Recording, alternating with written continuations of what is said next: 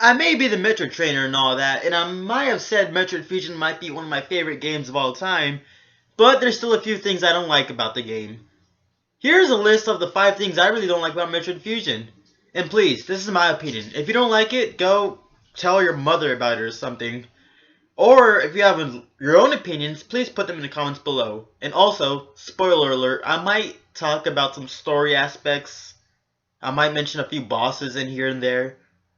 Also, a lot of this footage is my gameplay, so if you haven't seen my gameplay playthrough, don't watch. I don't even know I'm trying to go with that one, but you know, enjoy.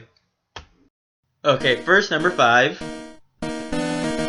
The fact that Samus has none, I mean none, of her power-ups or upgrades. This is very common in the Metroid series. In every game, Samus starts off in the bare bones basic power shot and her basic power suits. I mean, sure, they do this so you don't start off overpowered and that you can feel the growth in the game. You can slowly see yourself get powerful. But come on! Metroid Fusion, it's the most recent adventure she had, canonly. At this point, she's got to know to have everything in her disposal. And even though she's got a new power suit, her suit got basically destroyed and surgically removed. So now she just has the basic fusion suit. But come on, if you're gonna go over to a base that has the parasites that basically almost killed you in them, I'm pretty sure you would have gone there with everything you had plus more. And the Federation could send you these power upgrades from the get-go. So she could have had the upgrades as she went to the research station. I don't know, I just don't like the fact that she has none of her power-ups. Wow, number 4, I guess. Some of the bosses were unfair. And I know what you guys think about this. Oh, the boss is too hard, while you're just a little bitch for not being able to beat it. That's not what I'm saying. If a boss is hard, it's hard. So what? I'm saying some of the bosses seem unfair. One example is Sirius X, that whole underwater snake thing, eel, that goes in super speed. You go to Sector 4, I believe, the Aqua Center, and the entire stage right there, even though it's supposed to be a water sector, you are supposed to avoid the water, because it, electrifies you and you're slowly losing damage. So then since you cannot touch the water, how on earth are you supposed to get used to underwater controls? So then when you go to fight Sirius X, the freaking half the stage is underwater and half the pillars get collapsed. So basically, if you get knocked into the water, you gotta slowly inch your way to the ladders to climb out. As the Sirius X goes faster than Sonic, and if you shoot it, it goes faster than Sonic on crack, and boom, you're back underwater because it knocked you right in again. And let's not forget that stupid, I think it was Yakuza X. Freaking half the facility's power was off, so you cannot save, you cannot heal, you gotta rely on farming or red parasites to fully heal you. And even unless you're going on a minimus run, which you don't need to grind that much, if you got a lot of power-ups, you're gonna have to grind a lot to heal back up. And you can take damage which will delay like 20 minutes worth of grinding to like one shot. Basically wasting your time, so you gotta go up there with basically not even with your full health or ammunition and try to take down a boss that has 3 phases. Also, SAX and Screw Attack. If you've seen my playthrough, you know why I hate that bitch. Well, I don't even know if SAX is a boy or girl. What gender is a parasite? Oh wait, it's number 3. The game gets way too linear at times. When I play a Metroid game, I like to explore as much as I want. I don't want to be told, go to point A, straight to point B, then go to point C, then go back to point A. Boom, you're done. I don't like that in games. Or, more specifically, I don't like that in Metroid games. When you play Metroid Zero Mission, you can basically explore anywhere you want. You can go to the deepest part of Zebes and still go all the way to the top of Zebes. And you're not restricted. I mean, sure, you might get lost, but that's why you follow the map. And since Metroid Fusion is a little bit more story-driven, I do cut it some slack, but I hate the fact how it forces you to go to point A, and it forces you not to go back to point B. I even remember specifically the playthrough, I wanted to explore as much as I can before I went to the second final boss, SAX, spoilers. And I wanted to explore, but it didn't let me. Every single sector was locked except the top sector, which I had to go to fight the boss.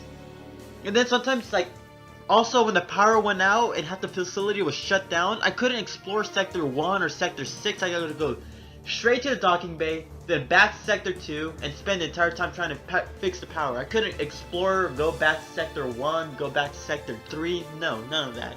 Go stay to Sector 2, finish your objective, go back, and he'll tell you what to do next.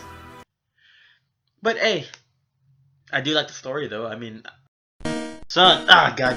Okay, 2. I think this small clip from my playthrough will tell you everything I hate about the next number in the list. Enjoy. Another convenient usage.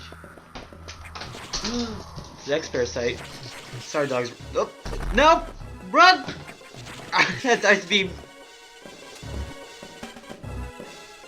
I just wanted to follow it slowly, but... SAX's AI. By this, I mean how it acts in-game.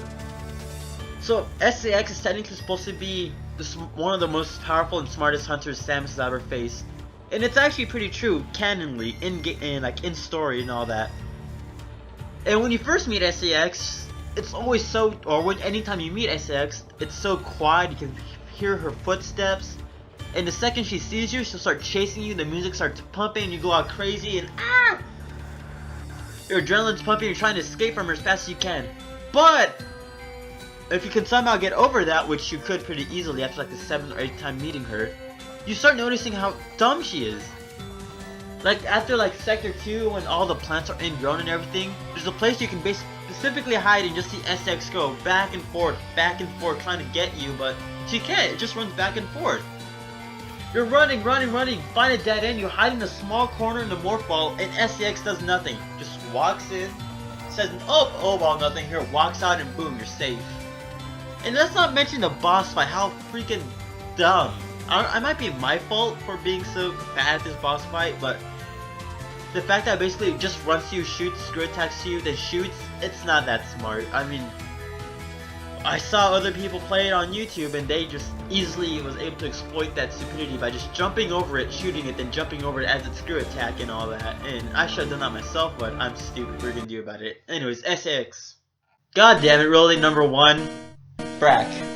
No real reason to complete the game 100% under 4 hours. Seriously. In all the Metroid games, based on how fast you beat the game, and based on how much you collected, you get a picture. And based on what you did, the pictures will vary. Like in the original Metroid, the worst possible picture you get is just a normal Samus sprite. I think she has her helmet off. But if you beat the game under 4 hours and you get all the items in the original Metroid game, you get an 8-bit Samus in all her beautiful glory, without her power suit. Anyways, at the time, in the NES era, that's pretty great. Like, different ending sprite, different ending scene based on how well you did. That's great. But days of the GBA and the GameCube, I don't think that completion award is good enough now. Seriously, all you get is basically like a nice still image of just Samus, and the one I got was basically Samus in her fusion suit without her helmet on, which is alright, but I've seen the other images on the internet and they're not that great. I've seen better images on the internet by fans. Let's not go there. What I'm saying is, if there was another like award for beating the game 100% with under 4 hours, I'll definitely do it. Like I said before, I never beat a Metroid game 100% under 4 hours, mostly because I never felt like I needed to, or I just never had the motivation for a picture to do it. I mean, sure, you get bragging rights, but who am I going to brag to at school? I don't know anybody who plays Metroid, and I'm not going to go on internet, random forums like, I beat the game under 4 hours, get wrecked, scrubs. I'm not going to do that.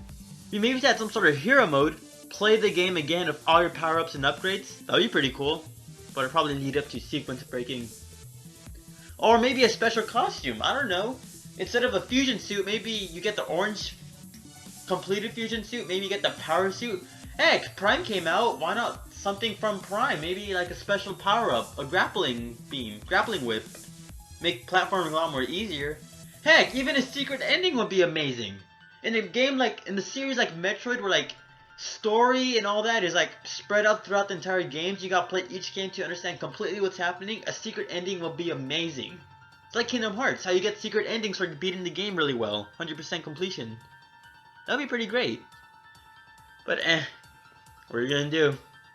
I guess at this point it's just tradition to give you a picture about how well you did, but still, I like something better than that. So there you go. Top 5 or bottom 5 reasons why I don't really like Metroid Fusion. Don't get me wrong, I still love the series. Metroid Fusion's my favorite Metroid game in general, but, you know, every game has their flaws. And I hope you enjoyed. Like I said before, if you have your own opinion, put down in the comments. If there's any problems with this video in general, please tell me how to improve. Quality of video, quality of gameplay, maybe another topic, maybe a different game to work on pros and cons on. I like to do more top 5s. This was pretty fun. Anyways, like, favorite, subscribe, follow me on Twitter. I should probably get on the Facebook thing, but I don't know. Anyways, I'm the Metroid Trainer, Eduardo Magana. If you have another video game that you would like to see me ramble about, because this whole point of this video is for me to ramble about things I don't like about Metroid Fusion. If you have a game that you want to see me put dirt on, just tell me. I don't know, PM me on Twitter or comment on the comments, I don't know, whatever. Anyways, later.